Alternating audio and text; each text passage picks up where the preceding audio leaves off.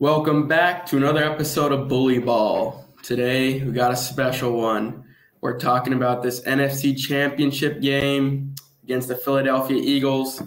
We have a special guest, a diehard Eagles fan that we'll be talking with, kind of breaking down this game. Should be a good one. Should be a barn burner, hopefully, or else it'll be a Niners blowout for sure. So let's jump into it. Tony Montana, Tony Montana, Tony Montana, check up on my ear. Tony Montana, Tony Montana, Tony Montana, I'm about to cut.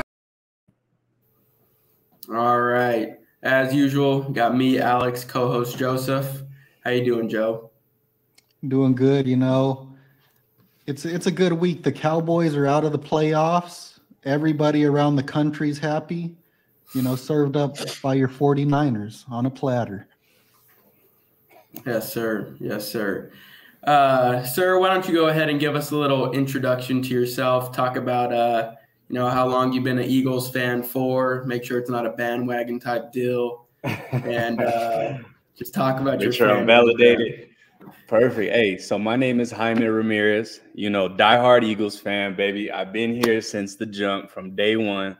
As far as I can remember, I remember watching the 2004 matchup against the Patriots.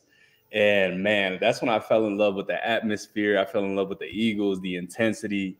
Ever since McNabb and Terrell Owens were in there, Dyson, that was my get off initially, And early on, falling in love with the game, I felt like I had to choose a team.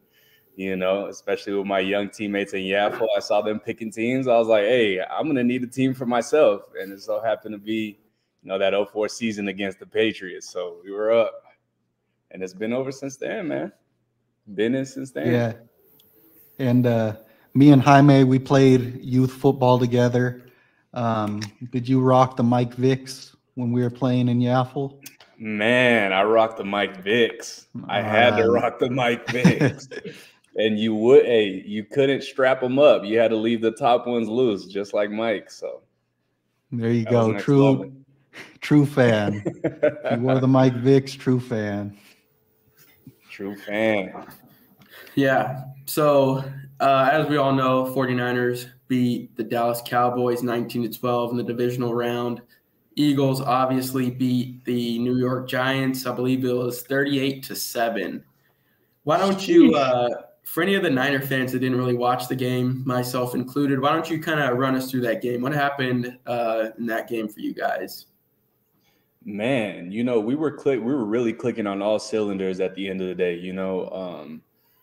The only way, and this is going to be a key point for you guys too, but we'll get into that later. The only way that we're going to be able to expose us is to get us spread out and get us in space. But I feel like the Giants didn't have enough threat at receiver to make that happen. I think, they tried to establish the run game early. Our D-line is just overpowering, man. As you guys know, we got, 4 out of our 5 D linemen with double-digit sacks. So, that penetration is there, and I think that was overpowering for the Giants offense especially. Yeah, man, we had some good turnovers, and we were able to capitalize on big moments, and, we made it happen. It was a blowout. A lot of people, I saw some posts on Twitter, and some people said it was over after the first 45 seconds. And it just, it made sense, because as soon as I saw that first completion down the field and it was over, I can't remember that, Adoree Jackson. Man, I saw that post across the middle. I was like, yeah, they're going to have a long day. So it was downhill from there. Yeah, definitely. I was pretty shocked. I'm going to be honest. I've been doing weekly projections of what I think is going to happen in these games. And, after watching that Week 18 game, when you guys played your starters and they were missing all their starters, I was like, I think the Giants might come out and win this game. And I was wrong. So I was very wrong. Man, I do wish it was a little bit more of an exciting game, but hey, I'm grateful regardless. Yeah, definitely. Looking, I was kind of looking, obviously in that game too, you guys had 238 rushing yards or something to that number. Mhm. What would you credit that success to? You know, obviously I know your guys' O-line has 3 Pro Bowlers, correct? Right. Mhm. And those 3 are who? Mailata, Kelsey, and Lane Johnson, right? Lane Johnson, yes, sir. So what I would you think, say was the ultimate credit of those like 238 rushing yards? man, well, aside from that, like, of course, they're going to take a big portion of the credit, but really, it's just the tempo that the Eagles offense brings. It tires out a lot of defensive line, you know, and it's really tough to get in with them boys 60 minutes and, you know, ride the trenches for that long, especially when you got fresh legs coming in. You know, we got Boston Scott, we got, you know, Kenneth Gainwell, you know, of course, we got our big dog Sanders there at RB1. And man, that's a 3-headed monster to try to stop, you know. Obviously, Boston Scott, they call him the giant killer. You know, he was a little bit more on the quiet side, but, you know, he got his for the most part. And a big credit to the success is the tempo. And I think, you know, if we're able to establish that here in the next coming game, man, it's going to be hard to last 60 minutes with us for sure. Yeah, definitely. And, you know, Jalen Hurts back looking like he's 100% after that shoulder injury. You know, what is the focus of this offense? Is it just a well-balanced machine, you know, or are they looking to establish the run? Are they looking to throw? Because I remember it might have been last year, they were cheering when they were handing the ball off to Miles Sanders because you guys would not run the damn ball. So what's the key of this offense this year? Man, I think it's just playing our game, our balanced game, running the ball. Of course, like there's a reason why the Eagles fan cheer when they hand it off is because, you know, sometimes we do shy away from that running game. And, you know, we got three Pro Bowlers in the mix now at our front line. We got to make sure we get right. You know, we got to hand the ball off. We got to bring that tempo and just make sure we spread the ball efficiently, use all of our threats. You know, like I saw a little clip of Jalen Hurts say, you got to lay it all on the line, man. This could be the last one. You know, you never know at these type of big games, the type of swing and momentum that can happen, regardless if we're at home or not. You know, I think just establishing that tempo, using our threats, and making sure we can get that run game established early, that'll be the difference maker for sure. Yeah, that's interesting too, because I would say a key for the 49ers is to establish the run game early as well. Because looking at your guys' your run defense, you know, I realized that it wasn't the best. I think it ranked – where did it rank, Joseph? I think you have PFF up, right? I think it was 23rd. 22nd or 23rd.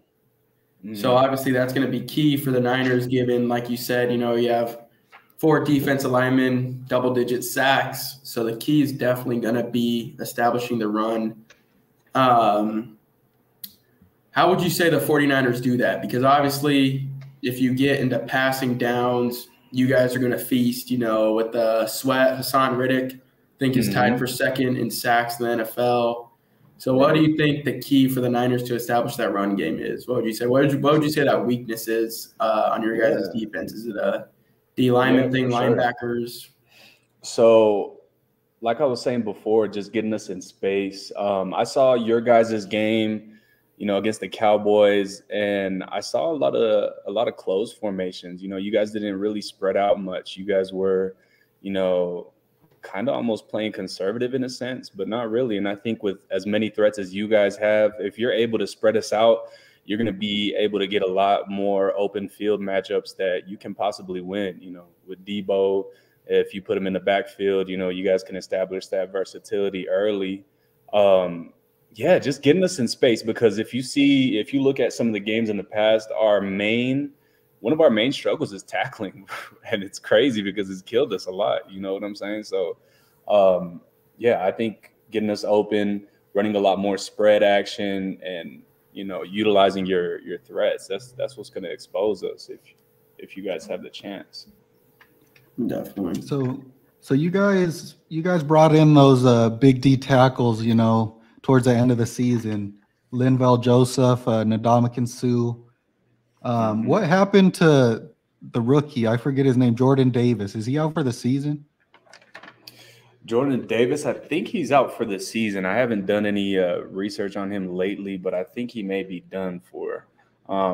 Yeah. One of the things I will say, though, is I am glad we have Josh Sweat back in the mix because I know he was a little bit banged up. You saw him with the knee brace last game. So, I'm hoping he can get some proper rest during this week to come out strong. Perfect. And talk to me about I pulled up PFF, and you can't really go off PFF for everything because sometimes they be hitting on the spot, sometimes not. But your guys' linebacker, TJ Edwards, he's ranked 4th out of 81 linebackers in the NFL. He been playing good. I haven't heard nothing about him all year. He's one of those. I wouldn't say he's overrated. Like ranked 4th. I wouldn't say he's overrated. I think it's pretty accurate. I think he's a good cover backer for the most part. I don't know him stopping too. I don't know him on the run too much. You know what I'm saying? I haven't keyed on him much lately, but I would say it's pretty accurate for the most part. Okay, so he's going to be the one in coverage on McCaffrey. Yeah. Is that what you're telling me? I'm thinking so. I could be wrong though. Just depending on how the scheme goes. That's one of the things that'll break this open too. You guys getting McCaffrey in the slot and utilizing that weapon, that can really break things open. Definitely. Looking at one thing that provides some extra hope, I guess you could say, for 49ers fans. Looking at some common opponents here between the Eagles and the Niners. You had a game January 1st against the New Orleans Saints, which you guys dropped. But that was with Gardner Minshew at quarterback. But your defense still gave up 20 points. The 49ers defense held the Saints to 0 points when we played them. There was another one. Let me see if I can find it.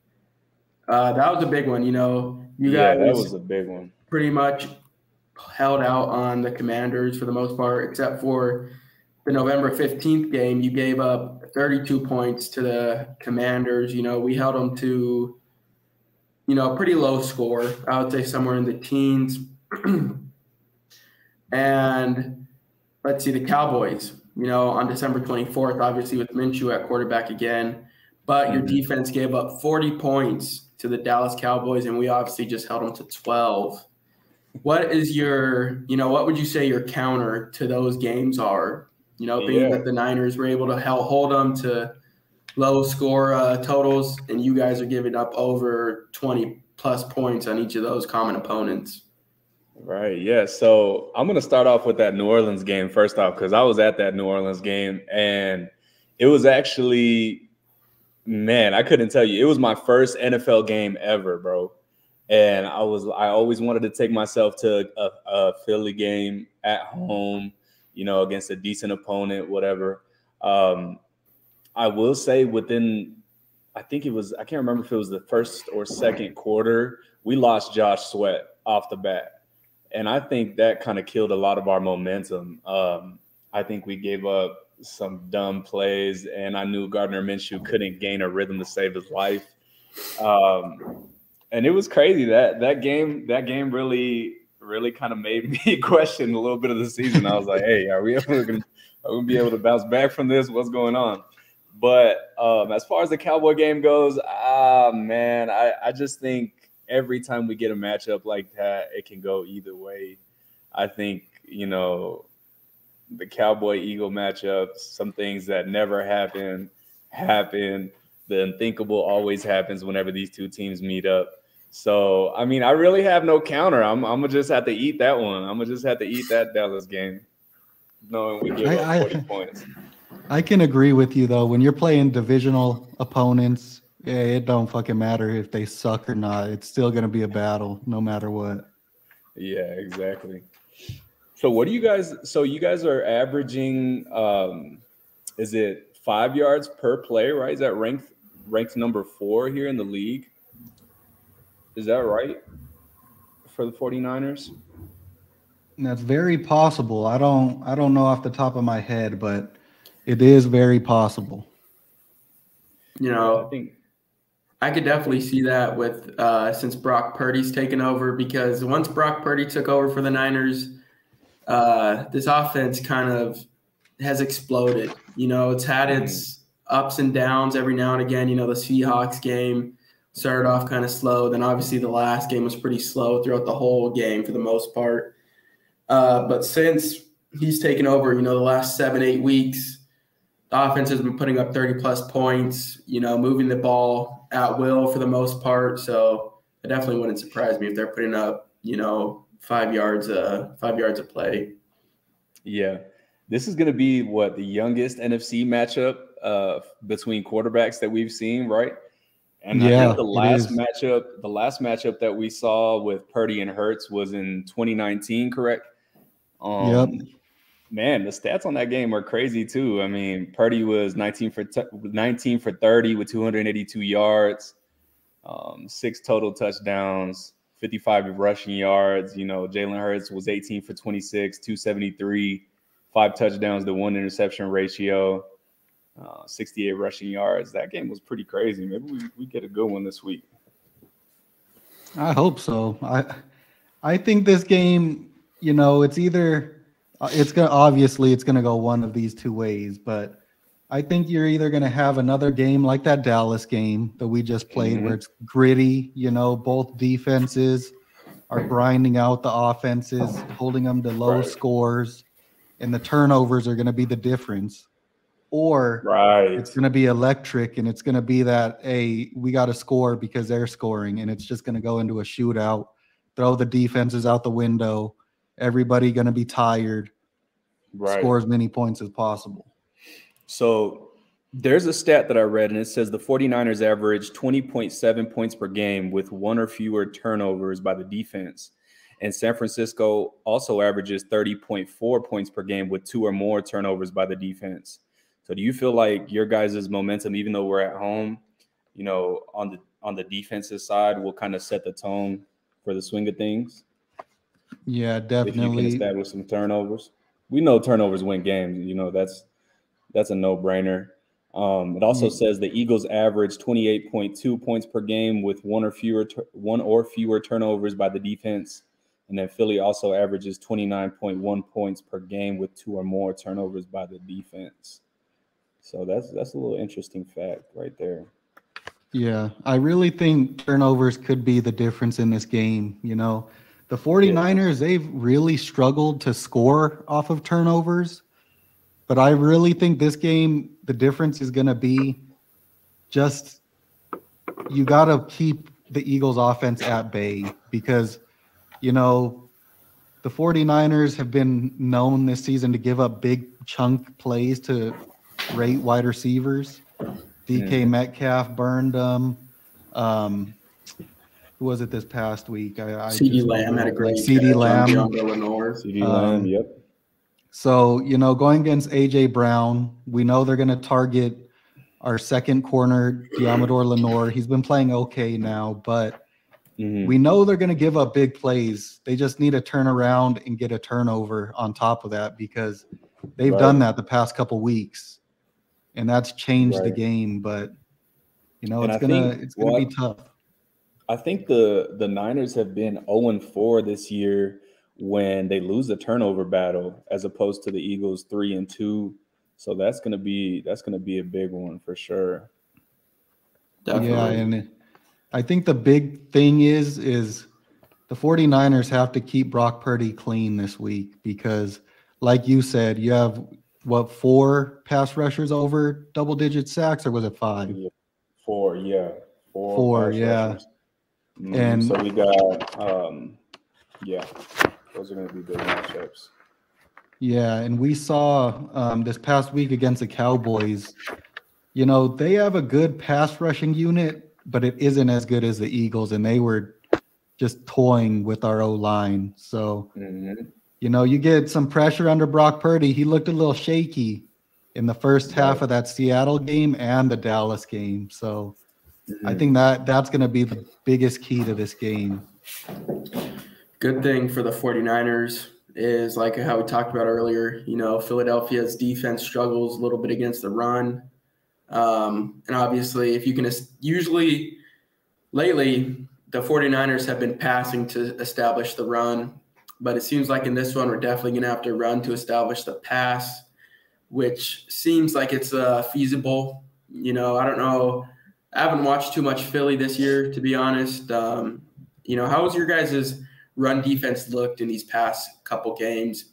Kind of excluding, I mean, not excluding, because the Eagles or the Giants still have a pretty good run game with Saquon Barkley and Daniel Jones. So how's the Phillies run defense look these past few games?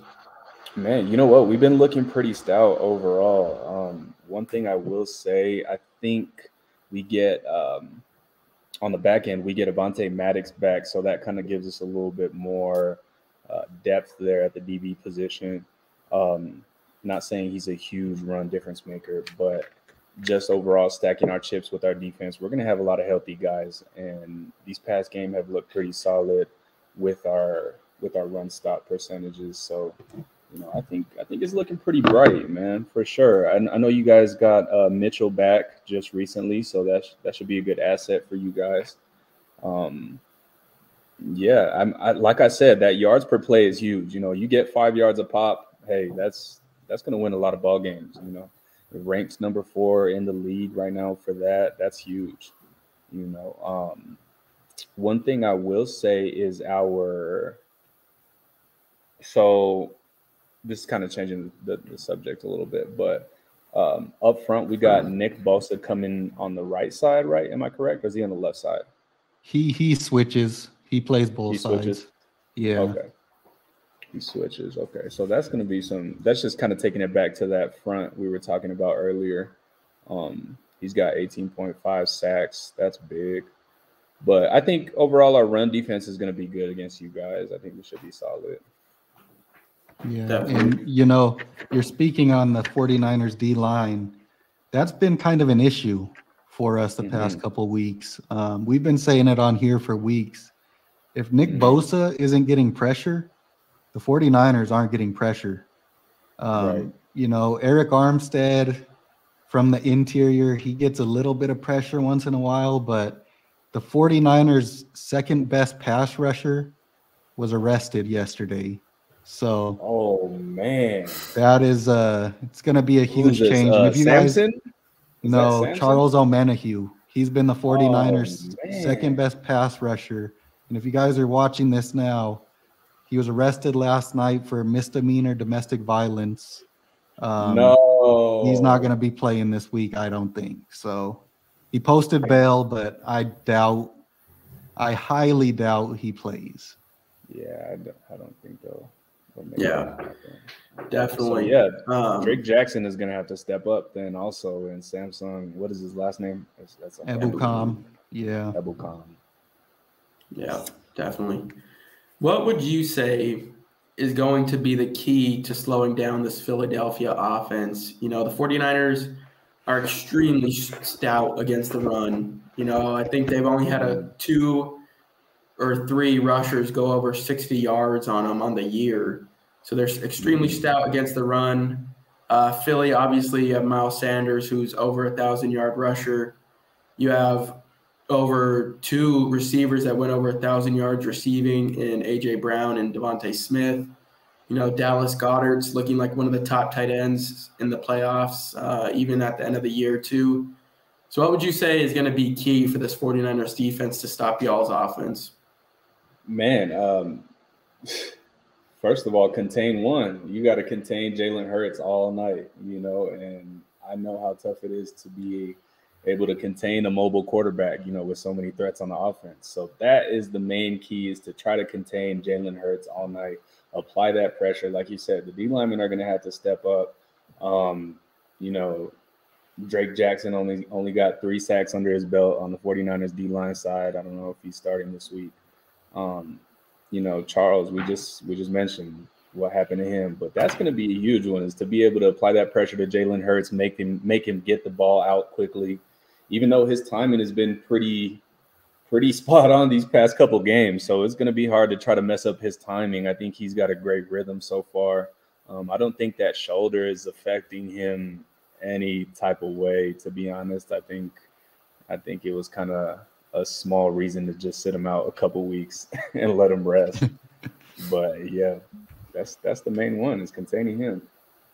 Definitely. Is he a quarterback that's looking to run? Is he looking to run first, or is he just looking to get the ball out of his hands? Because 49ers have shown in the past, including this year, they struggle to contain those mobile quarterbacks. Always been a struggle, the 49ers. I think it's more evident this year because our D-line's just looking to rush the passer, get upfield.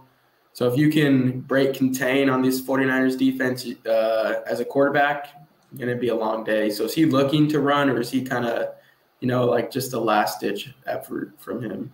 You know what? If we were talking about last year's Jalen Hurts, I think we would be able to say he's almost looking to run first, because that's something that he can rely on, and it's 100% certain that he can make something happen on the run.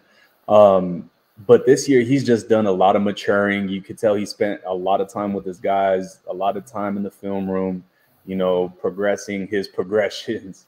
And I think it's elevated his game to where now, if it's not there, then, he may even throw it away a couple of times, or he'll make something happen a little, but he's not forcing anything at all. That's why I think the game is coming to him a lot more effortlessly, is because he's not forcing anything at all that he doesn't need to. If he gets a damn 1 yard gain off of a scramble, he's going to slide to protect himself so he can come up the next play and make something happen. So I think that's probably the best description I could give it. Definitely. You would say that shoulder injury, you kind of said it earlier, but just to be 100% certain that shoulder injury is not affecting him at all lately, right? At least in the last game. I don't think so, man, because even right after that play happened, he bounced back up and then just threw a dart down the field, and it didn't seem, adrenaline plays a big factor in it, to him just brushing it off, but I don't think it really affected him that much. It was mostly the Eagles taking more precaution to have him late in the season, as opposed to just, being, lackadaisical about it and letting him play and then possibly causing a bigger injury to it. So I don't think it's a big factor at all. Definitely. And then I had a question. So for those that don't know, you're a DB by trade, Talk to us a little bit about these Eagles defensive backs. They probably have the best defensive back room in the NFL. How do the 49ers beat them? They got some good receivers, but that's going to be electric matchups all day long. It really is, man. It's going to be electric matchups for sure. I think Ayuk is one of the most explosive players that you guys got, man. And he's a menace to society for sure. I think our defensive backs, man, you could tell they spend a lot of time, together off the field. They just got a lot of chemistry. When everyone's healthy and everyone's clicking on one cylinder, man, there's no busted coverages. There's no, people getting beat by a mile. Like, there's none of that, man. So I think we got a great group of guys, like, led by Darius Slay. He's a big Pro Bowl DB that, makes an impact at any moment of the game, So as you can see, I got that 2 on me today.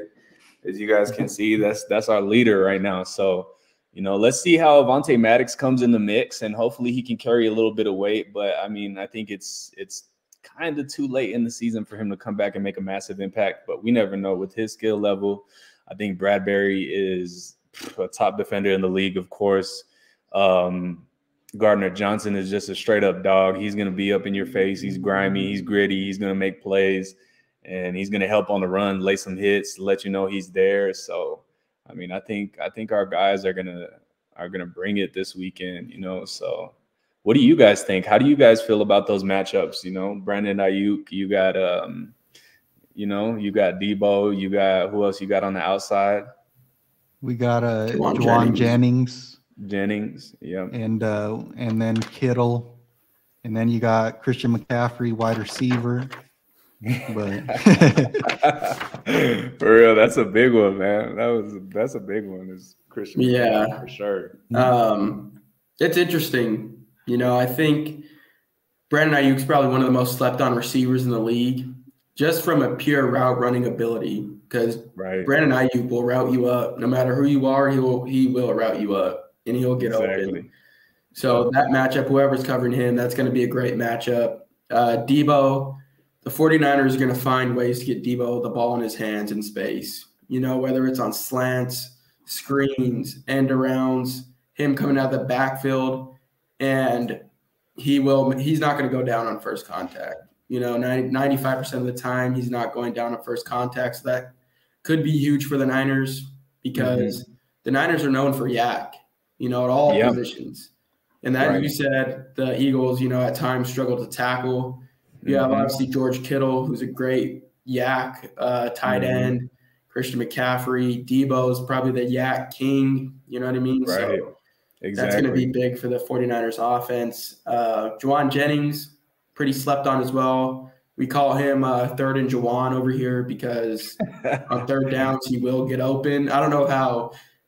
He's big, he's long, he's slow. But, man, he finds a way to get open. So that's going to be an interesting matchup. So, you know, those matchups, it's going to be gritty because both teams, you know, love to preach that physical style of football. You know, that's what our channel named Bully Ball, because we like to bully teams. And that's on everybody. So exactly. And I think you guys have the ability to make a lot of big plays happen back to back.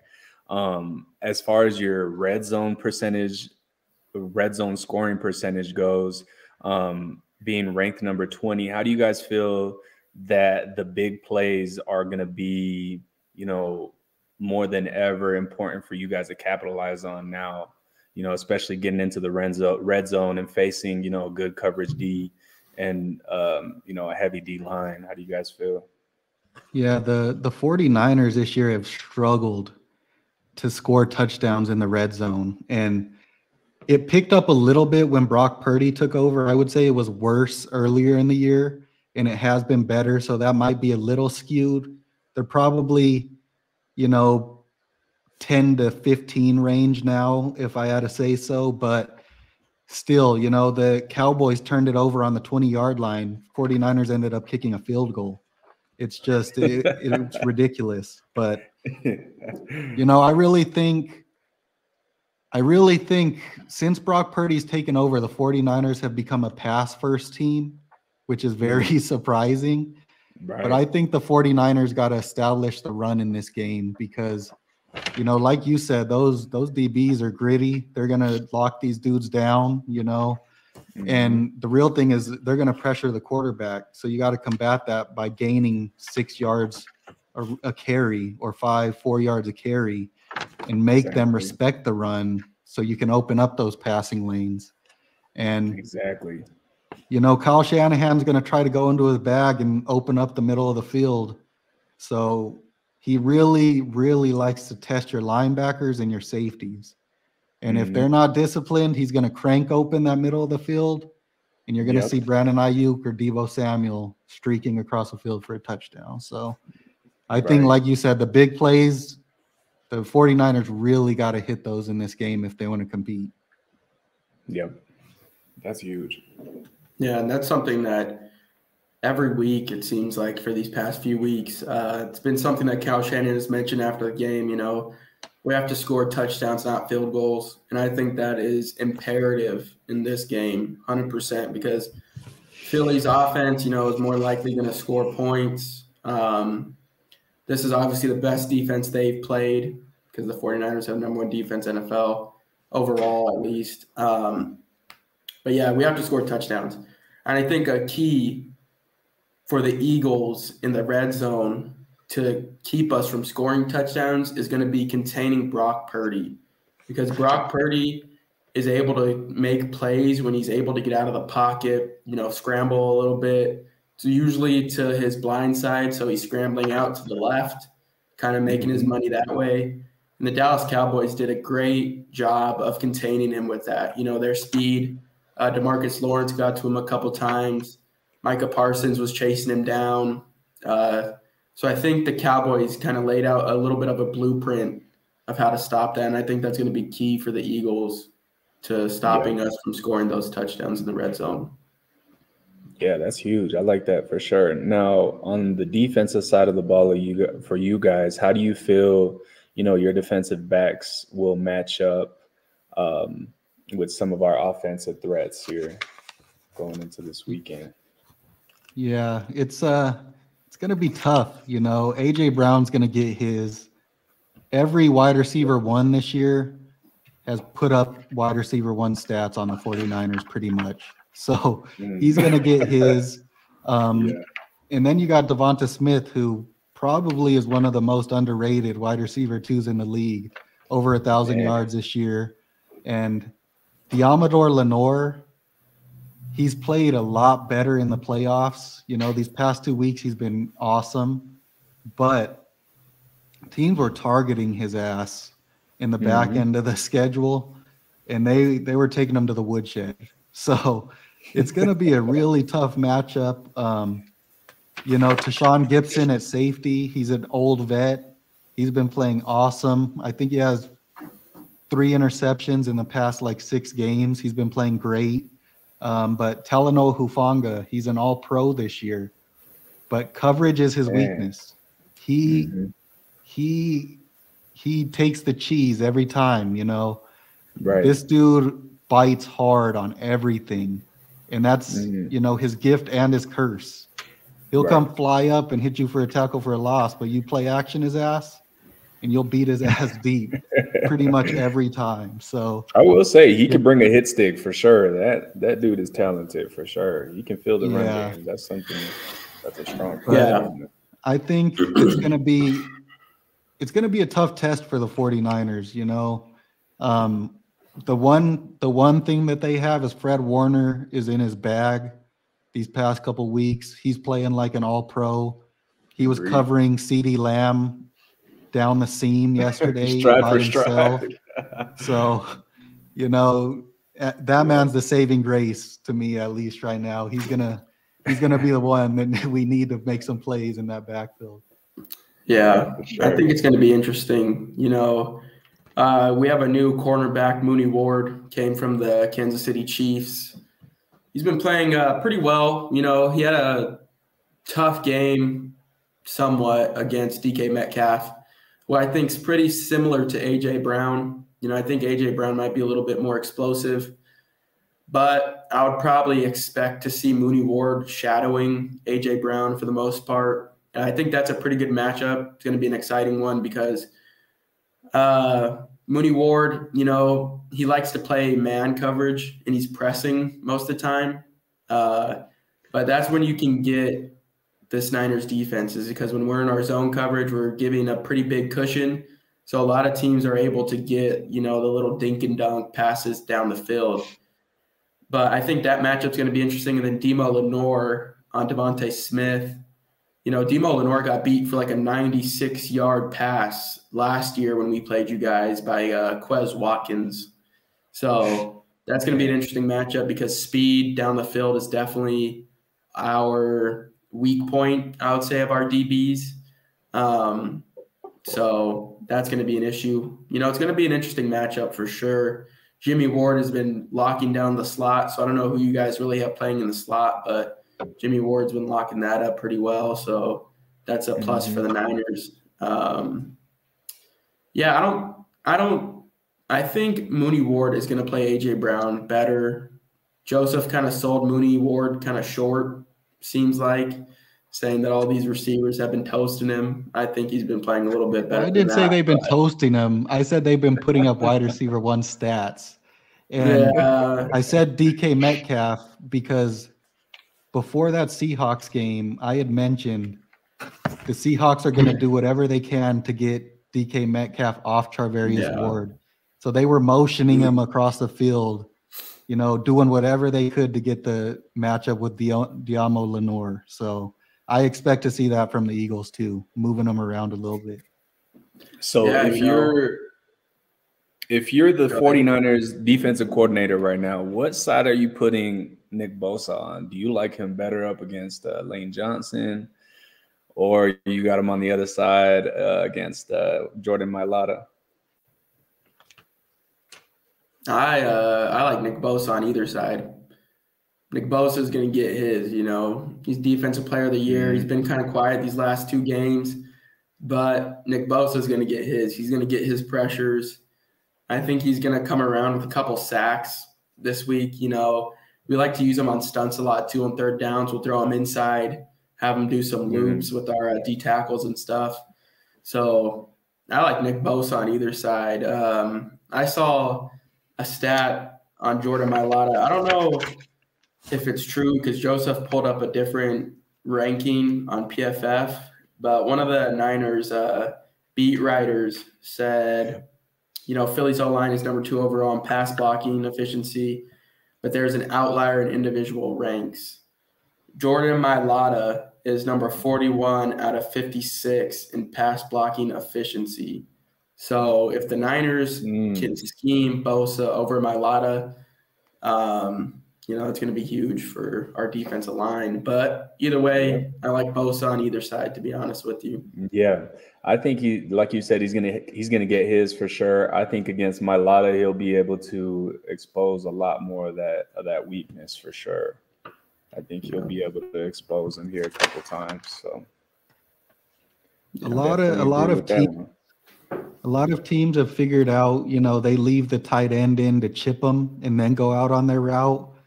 And that's really disrupted Bosa's production as of late. You chip him, then pass him off to the tackle, and then he can't get his explosiveness going. Right. Well, one last question for me. What do you think, what's changed with this Eagles team since the last time we met you guys in 2021? The Niners, it was early in the season too. It was week 3. The Niners got away with the win, 17-11. What has changed since that game, would you say, for the Eagles? Man, I think obviously early in the football season, teams don't quite find the way to utilize every single weapon because it's still early in the season. If it's week 3, a lot of these teams are still trying to find who's a gamer for real, who can really have that game-changing impact. I think our chemistry overall has changed, our tempo, our fluidity, just like any other team. It just so happens that the Eagles have a great momentum at doing the details better for a longer period of time. You know what I'm saying? They're gonna be great in coverage longer. They're gonna run the ball, efficiently for the most part. I've oftentimes shy away from it, but they're gonna run the ball efficiently. And I think, just our overall chemistry as a team has come together crazy for sure. And I think these guys are starting to see that trophy and start to play harder. Midway through the season when they were undefeated, they're like, all right, this is that season. We better go and we better put everything on the line for it because it's here now. So I know a lot of people were like, man, we're getting 2017 vibes from it. But I'm like, no, this isn't 2017. This is 2023. And our starting quarterback has done it all year long. There hasn't been a question about it. So yeah, I think we're just stronger overall. Chemistry's there. Everyone's clicking on the same cylinder, and our guys are healthy, so that's huge too. Yeah, and obviously the addition of A.J. Brown, because it looked like your guys' leading receiver in that game was Quez Watkins with 2 receptions, 117 yards. So obviously A.J. Brown can do a bunch too. So. Oh yeah, A.J. for sure. That's already a given, man. He's super explosive. I think he's going to be in Philly for a while. For sure. Definitely. Couple last things. One thing we like to do is... Hold on. I got a couple more questions. So a couple more interrogations here. So we talked about the personnel on the field. This thing's gonna be a fist fight out there. Both teams are loaded, all pros, Pro Bowlers, stars. But what about the head coach? Nick Sirianni. It's his second year as head coach, correct? Mm-hmm. Talk to us a little bit about this dude because I think Kyle Shanahan is going to want to take this dude to the woodshed because, on the field, the personnel, it stacks up pretty well. How did the head coach stack up?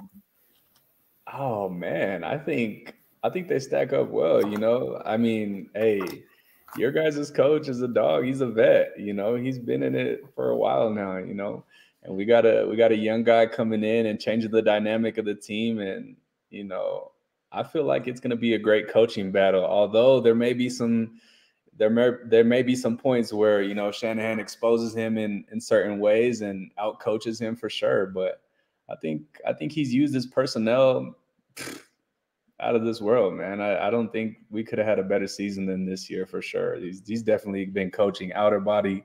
The guys have been playing outer body for him.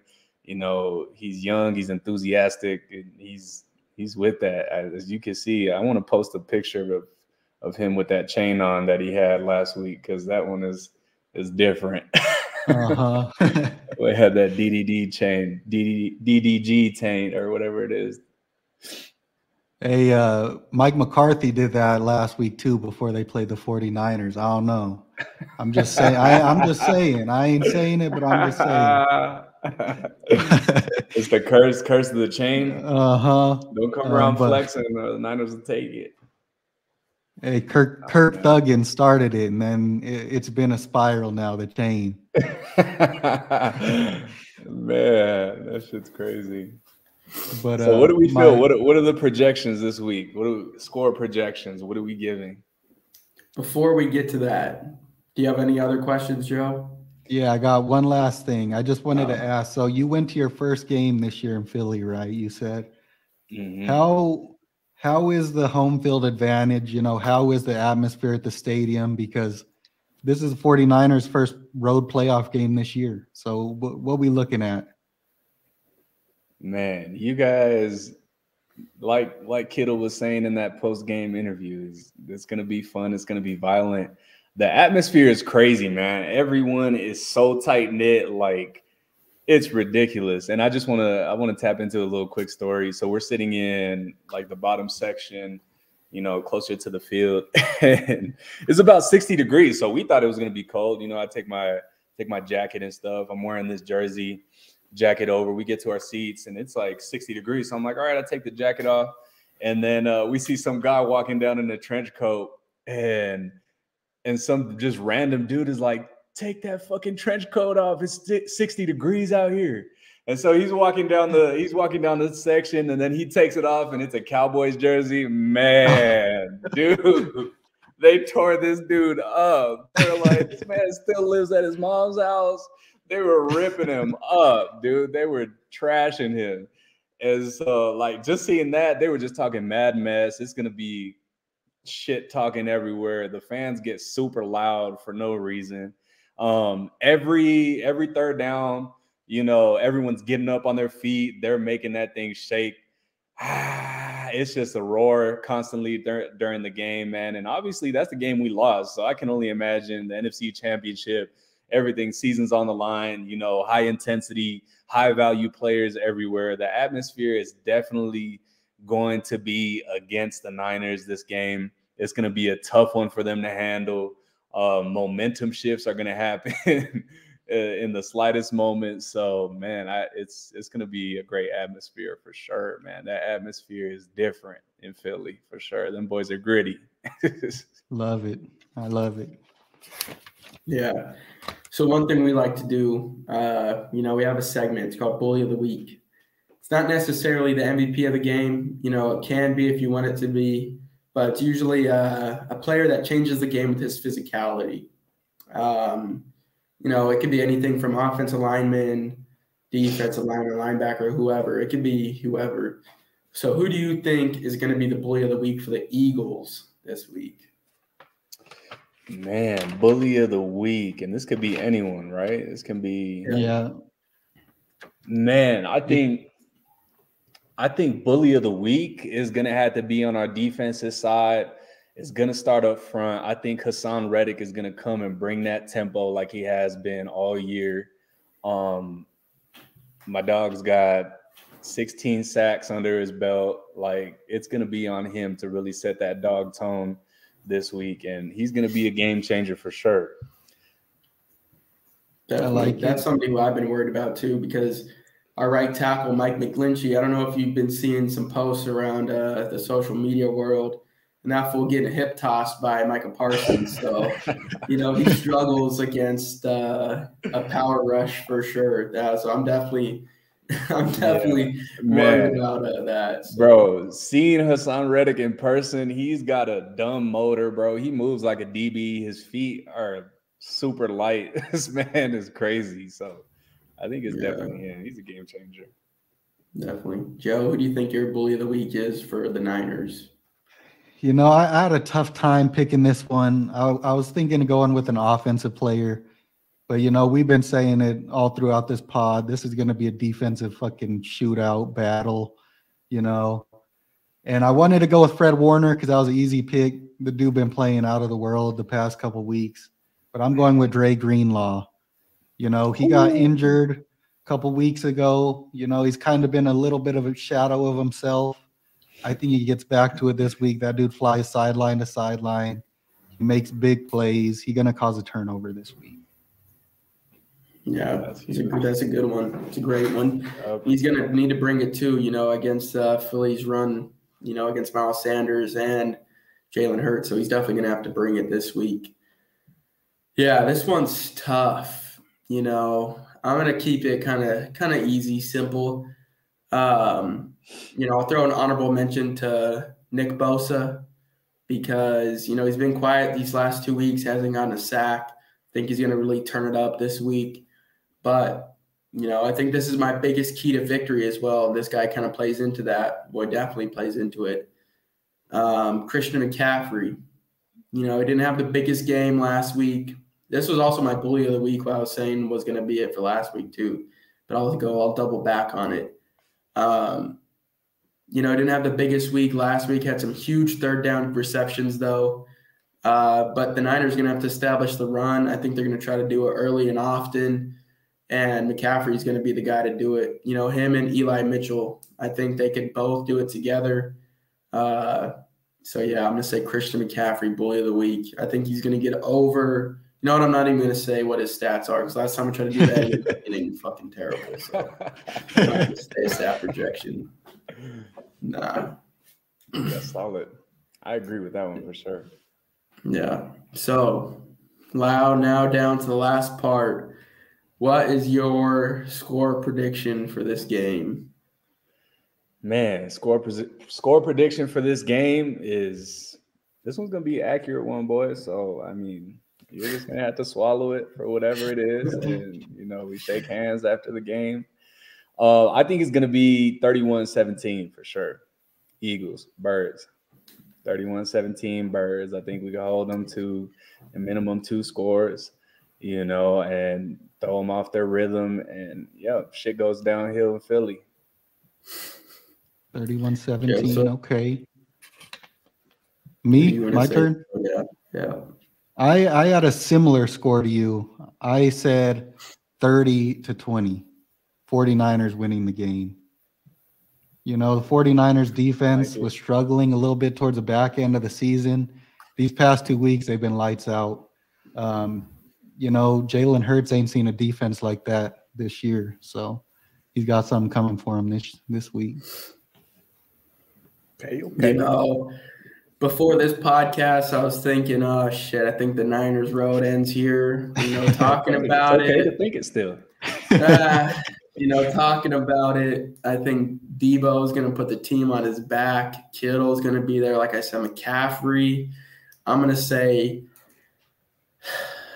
34-7 49ers. No, just kidding. No. I'm going to say 31-27 49ers win. I think it's going to be an offensive game. The game's going to end with – no, I'm not even going to say that because I don't want to give no stats again. But I'm going to say 31-27. That's the final score. 49ers win. That's huge.